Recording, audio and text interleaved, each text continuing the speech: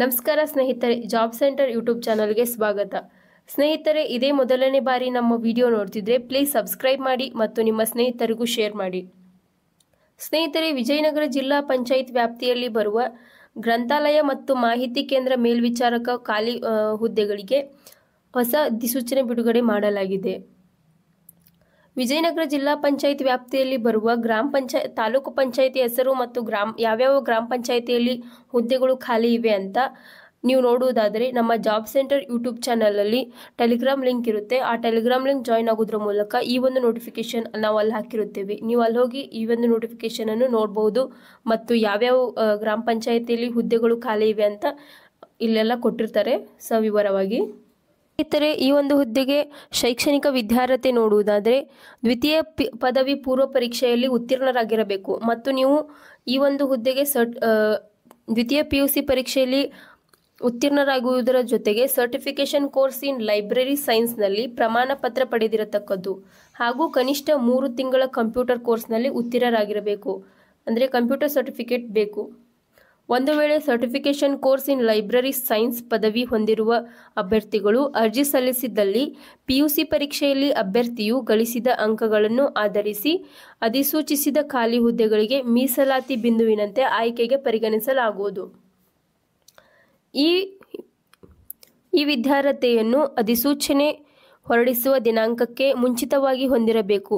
ವಿದ್ಯಾರ್ಹತೆಯ ದಾಖಲಾತಿಗಳ ನೈಜತೆ ಬಗ್ಗೆ ಸಂಬಂಧಪಟ್ಟ ಸಕ್ಷಮ ಅರ್ಜಿಗಳನ್ನು ಸ್ವೀಕರಿಸಲು ನಿಗದಿಪಡಿಸಿದ ಕೊನೆಯ ದಿನಾಂಕ 8/1/2024 ಅಭ್ಯರ್ಥಿಯು 18 ವರ್ಷ ವಯಸ್ಸನ್ನು ಪೂರೈಸತಕ್ಕದ್ದು ಹಾಗೂ ಗರಿಷ್ಠ ವಯೋಮಿತಿ ಈ ಕೆಳಗಂಡಂತೆ ಇರತಕ್ಕದ್ದು.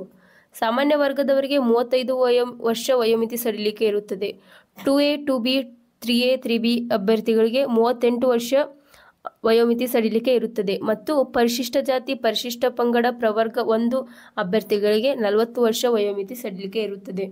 ಹಾಗೆ ನೋಡುವುದಾದರೆ ಮಾಜಿ ಸೈನಿಕ ವಿಧವೆಯಾಗಿದ್ದಲ್ಲಿ ಅಂಗವಿಕಲರಿಗೆ NCC ಅಭ್ಯರ್ಥಿಗಳಿಗೆ ಈ ಎಲ್ಲ ಅಭ್ಯರ್ಥಿಗಳಿಗೆ ಯಾವ ಥರ ಇರುತ್ತಂತೆ ನೀವು ನೋಡಬಹುದು ಇಲ್ಲಿ. ಮತ್ತು ಜನ್ಮ ದಿನಾಂಕ SSLC ಅಂಕಪಟ್ಟಿ ಅಥವಾ ವರ್ಗಾವಣೆ ಪ್ರಮಾಣ ಪತ್ರ ಅಂದರೆ TC ದಲ್ಲಿ ನಮೂದಿಸಿದ ಜನ್ಮ ದಿನಾಂಕವನ್ನು ಆಯ್ಕೆ ಪ್ರಾಧಿಕಾರವು ಪರಿಗಣಿಸುತ್ತದೆ. ಇತರೆ ಯಾವುದೇ ದಾಖಲೆಗಳನ್ನು ಪರಿಗಣಿಸಲಾಗುವುದಿಲ್ಲ.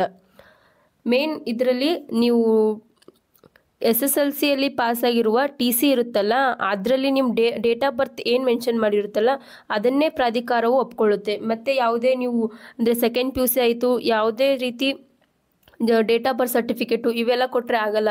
ಜನ್ಮ ದಿನಾಂಕವು SSLCಯಲ್ಲಿ TCದೇ ಆಗಿರಬೇಕಾಗಿರುತ್ತೆ. ಅರ್ಜಿ ಸಲ್ಲಿಸುವ ವಿಧಾನ: ಅರ್ಜಿಯನ್ನು ಮುದ್ದಾಗಿ ಸಲ್ಲಿಸುವುದು ಮತ್ತು ನೋಂದಾಯಿತ ಅಂಚೆ ಅಂದರೆ ರಿಜಿಸ್ಟರ್ಡ್ ಪೋಸ್ಟ್ ಮೂಲಕ ಈ ಕೆಳಗಿನ ವಿಳಾಸಕ್ಕೆ ಕಳಿಸಬೇಕಂತ ಹೇಳ್ತಿದ್ದಾರೆ. ಸದಸ್ಯ ಕಾರ್ಯದರ್ಶಿ ಆಯ್ಕೆ ಸಮಿತಿ ಹಾಗೂ ಉಪ ಕಾರ್ಯದರ್ಶಿಗಳ ಜಿಲ್ಲಾ ಪಂಚಾಯತ್ ವಿಜಯನಗರ ಜಿಲ್ಲಾಧಿಕಾರಿ ಕಚೇರಿ ಕಟ್ಟಡ ಹೊಸಪೇಟೆ ಅಂದರೆ ಈ ಒಂದು ವಿಳಾಸಕ್ಕೆ ನೀವು ಪೋಸ್ಟ್ ಮಾಡುವ ಮುಖಾಂತರ ಅರ್ಜಿ ಸಲ್ಲಿಸಬೇಕಂತ ಹೇಳ್ತಿದ್ದಾರೆ. ಅರ್ಜಿ 18/12/2023 ಮತ್ತು ಅರ್ಜಿ ಸಲ್ಲಿಸಲು ಕೊನೆಯ ದಿನಾಂಕ 8/1/2024.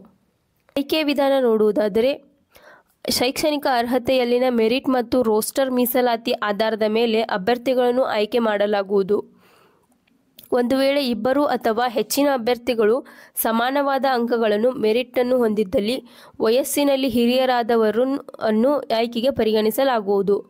ಹುದ್ದೆಗೆ ಸಂಬಂಧಿಸಿದಂತೆ certification course in library science ಪದವಿ ಪಡೆದಿರುವ ಅಭ್ಯರ್ಥಿಗಳು ಅರ್ಜಿ ಸಲ್ಲಿಸಿದ್ದಲ್ಲಿ PUC ಪರೀಕ್ಷೆಯಲ್ಲಿ ಅಭ್ಯರ್ಥಿಗಳು ಗಳಿಸಿದ ಅಂಕಗಳ ಆಧರಿಸಿ ಮೀಸಲಾತಿ ಬಿಂದುವಿನಂತೆ ಆಯ್ಕೆಗೆ ಪರಿಗಣಿಸಲಾಗುವುದು. ಒಂದು ವೇಳೆ ಇಬ್ಬರು ಅಥವಾ ಹೆಚ್ಚಿನ ಅಭ್ಯರ್ಥಿಯು ಸಮನಾದ ಅಂಕಗಳನ್ನು ಮತ್ತು ಮೆರಿಟ್ನಲ್ಲಿ ಹೊಂದಿದ್ದಲ್ಲಿ ವಯಸ್ಸಿನಲ್ಲಿ ಹಿರಿಯರಾದವರನ್ನು ಆಯ್ಕೆಗೆ ಪರಿಗಣಿಸಲಾಗುವುದು.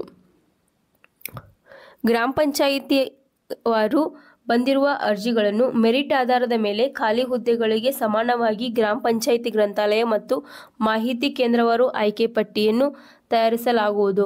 ಸ್ನೇಹಿತರೆ, ಇದಕ್ಕೆ ಯಾವುದೇ ರೀತಿ ಎಕ್ಸಾಮ್ ಇರಲ್ಲ. ನೇರ ನೇಮಕಾತಿ ಮಾಡುವ ಮೂಲಕ ಈ ಥರ ಮೆರಿಟ್ ಲಿಸ್ಟ್ ರೆಡಿ ಮಾಡುವುದರ ಮೂಲಕ ಈ ಒಂದು ಹುದ್ದೆಗಳಿಗೆ ಆಯ್ಕೆ ಮಾಡಲಾಗುತ್ತದೆ.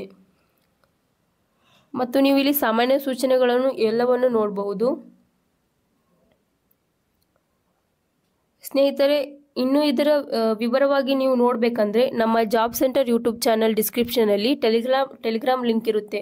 ಸೊ ನೀವು ಆ ಟೆಲಿಗ್ರಾಮ್ ಲಿಂಕ್ ಜಾಯ್ನ್ ಆಗೋದ್ರ ಮೂಲಕ ನಮ್ಮ ಅಂದರೆ ಈ ಒಂದು ನೋಟಿಫಿಕೇಶನ್ ಅನ್ನು ನೋಡಬಹುದು.